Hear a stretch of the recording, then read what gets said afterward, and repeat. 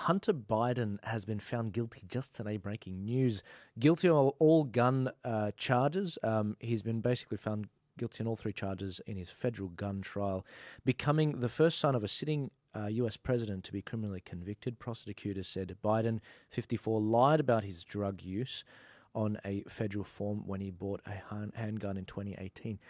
What were your guys' reactions today, and ladies, reaction today to this when you saw this, and with the backdrop of how they've been treating Trump? Well, what actually happened to the? Didn't he have tax failure to pay his taxes, and that went absolutely nowhere? And I guess that's because if they actually investigated that, they'd probably find that President Biden was pretty complicit.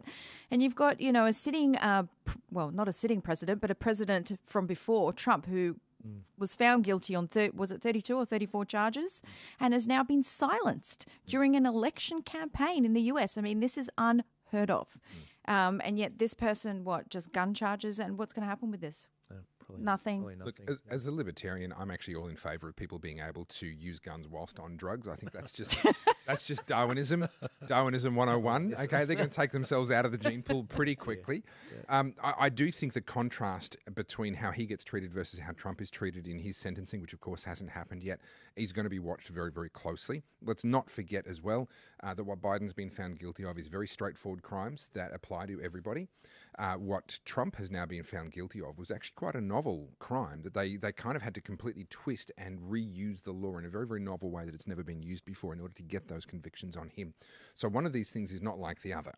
But I think we can also expect that the politicization of Trump's conviction is going to be extreme. And I don't know. I mean, part of me just says, okay, what if they do lock him up? But with every time, no, well, exactly. When Trump was convicted, when you look at it, what happened? His popularity skyrocketed. He ended up getting $200 million within a week for funding for his campaign. So bring on all the things that you're doing to this poor man. I mean, it's a concerted effort to destroy him, and yet all it's doing is lifting his popularity. His trial was run in a blue state on purpose with, I think it was predominantly female black jurors. Was that not the case, who are pretty much anti-Trump? They've statistically, not because I'm trying to be racist, but they statistically wanted a juror that would go against Trump and convict him. And I think I believe the judge told the jurors... Basically instructed them how to find, which makes you wonder why there's a jury at all. I just think it'd be hilarious if they threw him in prison and they have to hold the next presidential inauguration in Guantanamo Bay. I just think that'd be brilliant. And then as soon as he's actually inaugurated, he gets to pardon himself, and then we just get to watch the show. Yeah, a lot of people, one issue on this. Yeah, sure. This goes back to, remember, Hunter's laptop for the last election, right? Now, this again crosses over some of the other subjects we covered tonight. That was actually a fact. And yet that was being suppressed. It was being censored. Discussion of it was being shadow banned by a couple of large tech giants. And that had affected the results of the last US presidential election. This is a brilliant point. Everybody listen. This is a brilliant point. It affected the last... So where free speech was being attacked, and that subverted the US presidential election.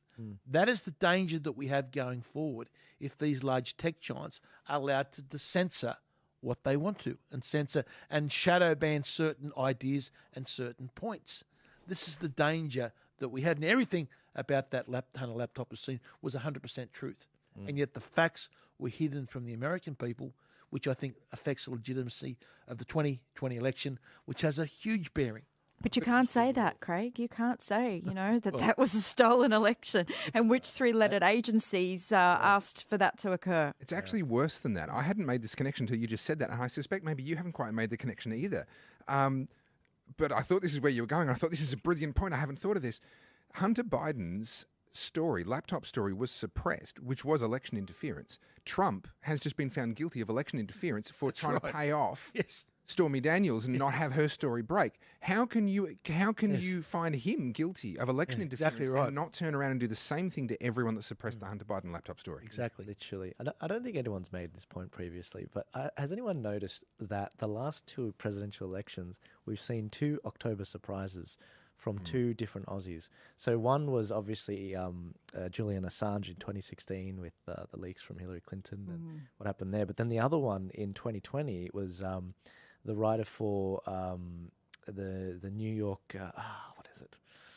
Who was the one that wrote the journalist? We all know this journalist. She wrote the actual article that released the story of Hunter Biden. Miranda Devine. Miranda Devine. Like two little Aussies just sort of prodding in the American elections. I just thought it's really cool because, after the last few years, I think it's important to remind the Americans, hey, there are some really solid soldiers out there that are, are actively on your side. The whole free world is behind, Trump. At least the conservative forces are anyway, even though we have commissars here that do this sort of thing. But yeah, no, I'd sort of throw that out there. I was going to say, to close off this topic, these things do help Trump. As we all know, the things that the attacks that Craig experienced only built a following. You barely had a following before the COVID period, and similarly, I didn't exist. Topher had been around in the alternative media space. Natalie, you were just the dentist. I was just a mere dentist. Yeah, yes. like just hanging out. But now we've built a community, and I guess